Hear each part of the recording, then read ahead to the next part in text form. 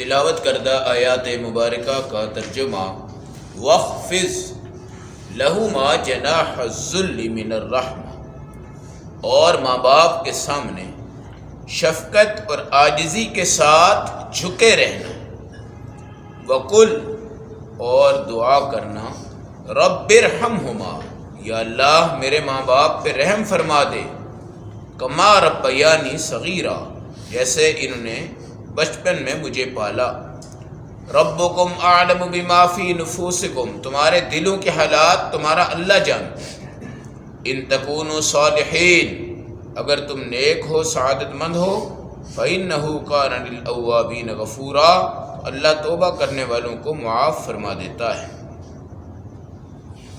آیت نمبر 24، 25، پارہ نمبر 15 سورۃ بنی اسرائیل۔ ماں باپ کے سامنے آپ نے رہنا زندگی میں کیسے ہے؟ بالکل جھک کر، بالکل عاجزی، اور ان کی تمام جائز باتوں پہ لبیک کہہ کر ان کی بات کو مقدم کرنا، اکڑاؤ، نخرہ، ماں باپ کو جھکانے کی کوشش، ماں باپ کو کسی مجمع میں بدنام کرنے کی کوشش، ماں باپ کی کسی عیب کو دنیا کے سامنے بیان کرنے کی کوشش۔ اس لیے حدیث میں آتا ہے کہ جب تم چلو تو پہلے اپنے باپ سے کہو کہ ابا جی آپ آگے چلیں، ابا جی آپ آگے چلیں۔ اور اگر اللہ تمہیں گاڑی عطا کرے تو فرنٹ سیٹ پہ کس کو بٹھاؤ؟ ماں باپ۔ کس کو بٹھاؤ؟ آج معاشرہ بدل گیا ہوا ہے۔ جس طرح ہم ایک ملازم کو کہتے ہیں نا ہمارے بچوں کو لے کے پیچھے بیٹھ جاؤ، ہے جی، اس طرح اللہ ماشاء اللہ جو ماں باپ کا فرما بردار ہے وہ ہے، مگر باقی بابا جی کو پیچھے ہی بٹھاتے ہیں، پیچھے ہی۔ اس لیے حدیث میں آتا ہے آپ چلنے لگو تو پہلے اپنے والد کو چلاؤ، جب کہیں جا کے کسی کے گھر بیٹھنا ہو تو پہلے اپنے ابا جی سے کہو کہ جی ابا جی آپ بیٹھیں، جب کھانا آ جائے تو پہلے اپنی پلیٹ سامنے کرنے کے بجائے پلیٹ کو اٹھا کے اپنے والد کے سامنے رکھو۔ اب سالن کے ڈونگے پڑے ہوں تو بھائی اپنے والد کے سامنے پہلے ڈالو، پانی دینا ہو تو پہلے اپنے والد کو دو، اس لیے کہ آج جس حالت میں ماں باپ ہیں کل تم نے بھی اس حالت میں آنا ہے۔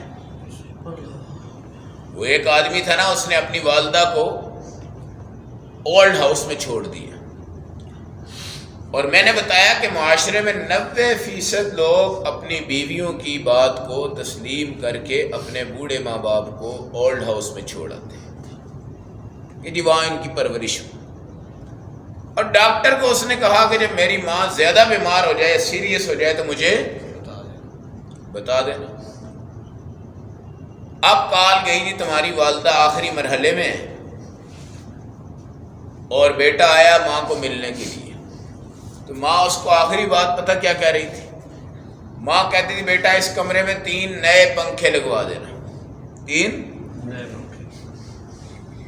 اب وہ حیران ہو کے پوچھنے لگا کہ اماں ڈاکٹر تو کہتے ہیں کہ تمہارے حالات بالکل ہی اینڈ پہ، اب یہ نئے پنکھے 3 کس لیے لگوانے ہیں؟ اب اس کی آنکھوں میں آنسو تھے۔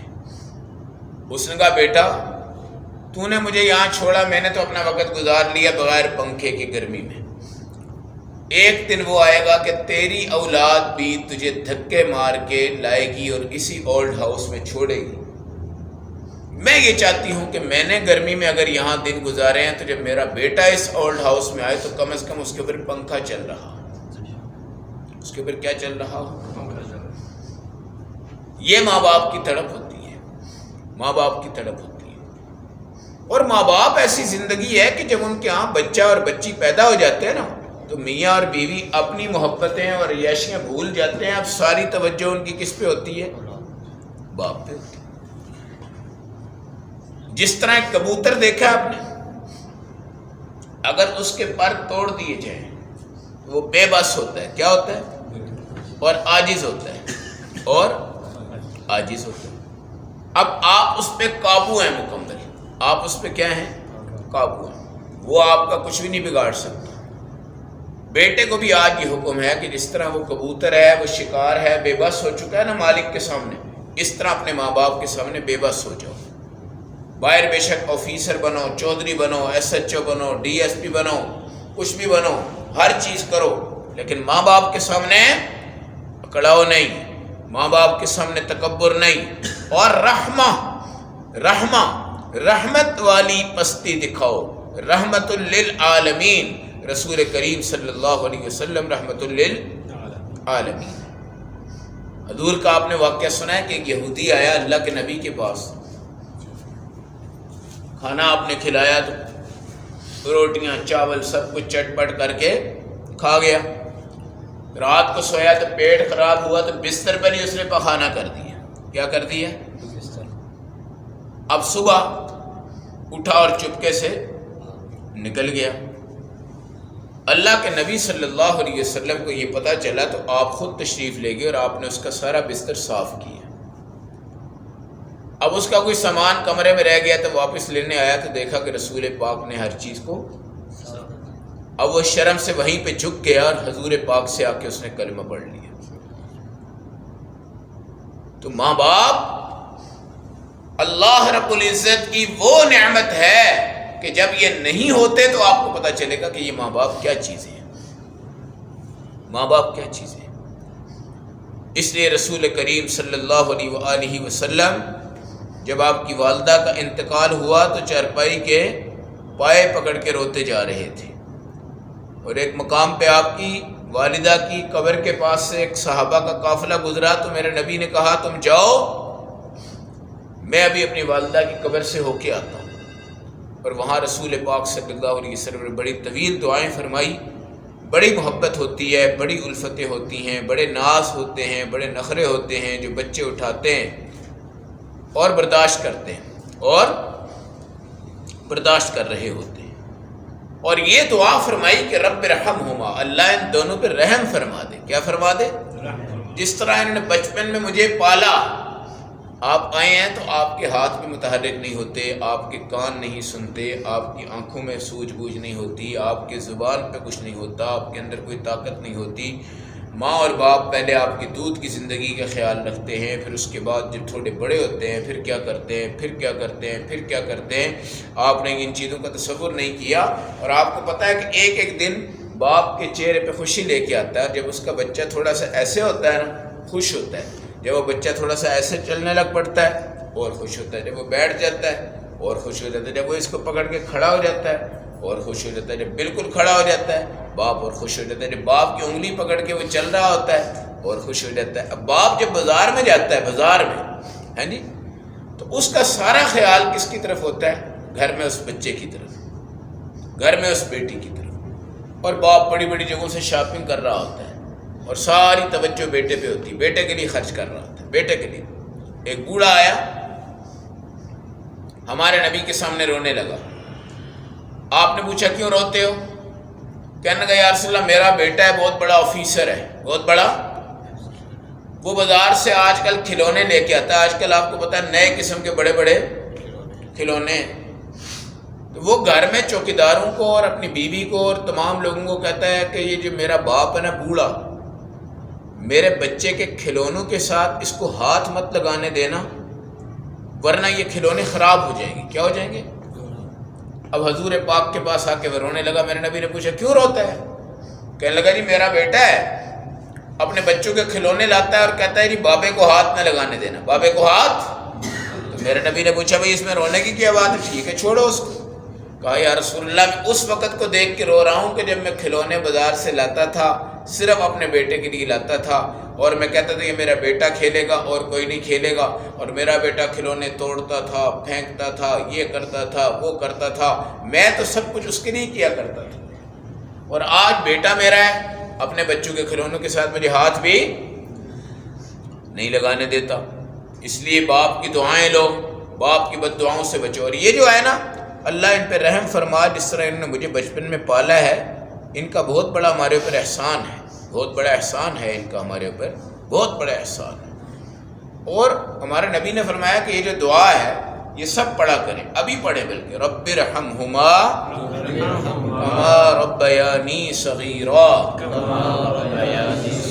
رب ارحمہما کما ربیانی صغیرا۔ اچھا یہاں پر علماء لکھتے ہیں کہ ایک مرتبہ یہ دعا کرنا اپنے باپ کے لیے، اپنی ماں کے لیے واجب ہے۔ کیا ہے؟ واجب ہے۔ اور جب آپ کا جی چاہے دعا کریں، بار بار کریں، یہ مستحب ہے۔ یہ کیا ہے؟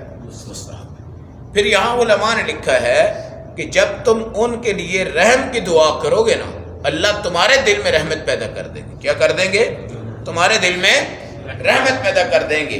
اور جب رحمت پیدا ہوتی ہے نا تو رات کو 2-2 بجے بھی اپنے باپ کو کھلاتے ہیں، پلاتے ہیں، پھر جاتے ہیں، باہر جاتے ہیں، اندر آتے ہیں، باپ کا خیال رکھتے ہیں، باپ کا خیال رکھتے ہیں۔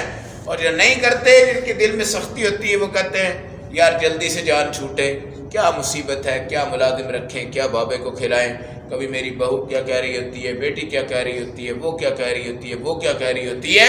یاد رکھیے گا یہ دعا زندگی میں ایک مرتبہ اپنے ماں باپ کے لیے پڑھنا واجب ہے، اور بار بار آپ پڑھیں تو یہ مستحب ہے۔ اور اس دعا کا ایک فائدہ یہ ہے کہ آپ کے والدین کے لیے ہو رہی ہے، لیکن آپ کے دل میں اللہ نرمی پیدا کر دیں گے، آپ کے دل میں اللہ رحمت پیدا کر دیں گے، آپ اپنے دل سے اپنے ماں باپ کے لیے قربان ہوتے جائیں گے۔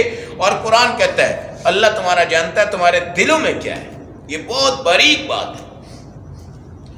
پیار سے اپنے ماں باپ کی خدمت کرنا اور چیز ہے، فارمیلٹی پوری کر کے کرنا اور چیز ہے۔ سلطان صاحب، بڑے بڑے ماں باپ ایسے ہوتے ہیں کہ کوئی ان کو نہیں پوچھتا، اور جب وہ بیمار ہوتا ہے، لوگ آ رہے ہوتے ہیں نا رشتہ دار پتہ کرنے کے لیے، اب یہ بچہ جناب لوٹے لے کے جا رہا ہے، پانی لے کے جا رہا ہے، اور شیشے کی کانچ کی پلیٹ لے کے جا رہا ہے، اور چمچ لے کے جا رہا ہے، اور چمچ سے ڈال رہا ہے، اور اس باپ کو کھلا رہا ہے، دودھ اس کو پلا رہا ہے، فلاں کر رہا ہے۔ دنیا کیا کہتی ہے؟ یار اس نے تو کمال کر دی ہے، اس نے تو کمال کر دیا ہے۔ حقیقت یہ اللہ کہتا ہے ربکم اعلم بما فی نفوسکم، تمہارے دلوں میں ماں کی محبت ہے، یہ دکھلاوا ہے، باپ کی محبت ہے، یہ دکھلاوا ہے۔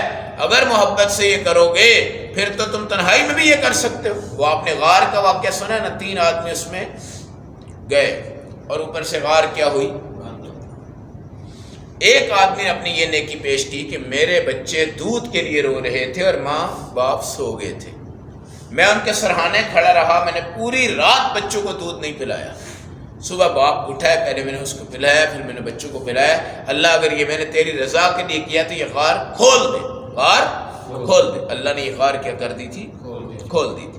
تو اس لیے بھائی دکھلاوے کے لیے اپنے ماں باپ کی خدمت نہ کرنا، خدا کی قسم اس نے کبھی دکھلاوے کے لیے نہیں کی۔ آپ کو پتہ ہے جب آپ چھوٹے سے بچے ہوں اور کسی بارات میں ہوں اور بڑے سینٹر میں بیٹھے ہوں ہیں اور بچہ ہو اور اس کو پیمپر نہ کیا ہو اور اس کے تو پیشاب کر دے یا موشن کر دے یا پخانہ کر دے، اور دائیں بائیں سے لوگ ایسے اوپر چادریں ڈالیں اور عورتیں کہیں دیکھ دیکھ بیوی کیا کر دی ہے تو نے، اٹھ جلدی سے کر، اور باپ کے ہاتھ میں بھی وہ باپ ایک دم سے بیوی کے حوالے کرتا ہے اس کو پکڑ، اور میں گیا۔ اب وہ کیا کرتی ہے بیچاری اپنے اس لباس میں جو شادی کا، اس نے بھی ظاہر لباس پہنا ہوتا ہے، وہ بچے کو لے جاتی ہے کسی واش روم کے اندر جا کے اس کو نہلا کے دھلا کے کپڑے پہنا کے چمکا چمکو کے دوبارہ سے سینٹر میں لے آتی ہے۔ وہ کبھی یہ نہیں کہتی کہ میں اس کو کسی سینٹر میں پھینک دوں اور دائیں بائیں اس کو کر دوں اور خود آ کے شادی میں پہنچ جاؤ۔ اللہ دل کی حالت کو جانتے ہیں۔ اگر تم نیک ہو اچھی بات ہے، اگر تم گناہگار بھی ہو آئی توبہ کرو، اللہ تمہیں معاف فرمائیں گے۔ لیکن ہر ایک کے ساتھ دکھلاوا کر لو کہ اللہ برداشت کرتے ہیں، لیکن ماں باپ کے ساتھ کبھی دکھلاوا نہ کرنا۔ اور میں نے بتایا کہ ماں باپ آج ظلم کا شکار ہوتے ہیں بہو کے آنے کے بعد، بہو کے آنے کے بعد۔ اور بندے کو اس چیز پہ توجہ دینی چاہیے، میری ماں تو ماں ہے، میری ماں تو ماں ہے۔ آج عورت کہتی ہے کہ ہمیں حق نہیں ملا، ہمیں حق نہیں ملا، اور عورت مارچ جو ہو رہے ہیں جی۔ اور یہاں پر ان کو یہ پوچھو کہ خدا کی بندو تجھے حق یہ ملا ہے کہ تیرے 3 بیٹے 4 بیٹے 5 بیٹے 2 بیٹیاں 3 بیٹیاں 4 بیٹیاں 5 بیٹیاں، اللہ نے ان 5 کو کہا ہے کہ تمہاری جنت ماں کے قدموں کے نیچے۔ کس کے نیچے؟ ماں کے قدموں کے نیچے۔ اور یہ کہا ہے کہ باپ کے قدموں کے نیچے، یہ نہیں کہا کس کے قدموں کے نیچے ہے؟ ماں کے قدموں کے نیچے۔ اب یہ جو بیوی ہے، بیوی کا رشتہ کیا ہوتا ہے؟ ایک غصہ آیا جھنبان پڑی اور طلاق ہو گئی، ہو کے جدا ہو گئی، لیکن عورت کے بیٹے اس سے جدا ہو سکتے ہیں؟ بیٹی جدا ہو سکتی ہے، خامن جدا ہو سکتا ہے، ہو سکتا ہے، خامن جدا ہو جاتا ہے، بیوی جدا ہو جاتی ہے۔ لیکن بیوی کو یہ کہا اگر تو بیوہ بھی ہے تو تیرے قدموں کے نیچے تیرے بچوں کی جنت ہے. اگر تو متعلقہ ہے تیرے قدموں کے نیچے تیرے بچے کی جنت ہے. اگر تو متعلقہ نہیں ہے، بیوہ نہیں ہے، تیرا میاں بھی ہے، پھر بھی تیرے قدموں کے نیچے بچوں کی جنت ہے. تیرے بچے تجھ سے جدا نہیں، اور تیرے قدموں کے بغیر یہ کہیں نہیں جاتے. تیرے قدموں کے نیچے آج اللہ نے ان کی جنت رکھی ہے. اس سے بڑا تمہیں حق کیا چاہیے؟ اللہ ہم سب کو عمل کی، سمجھ کی، فہم کی اور ماں باپ کی قدردانی کی توفیق عطا فرمائے.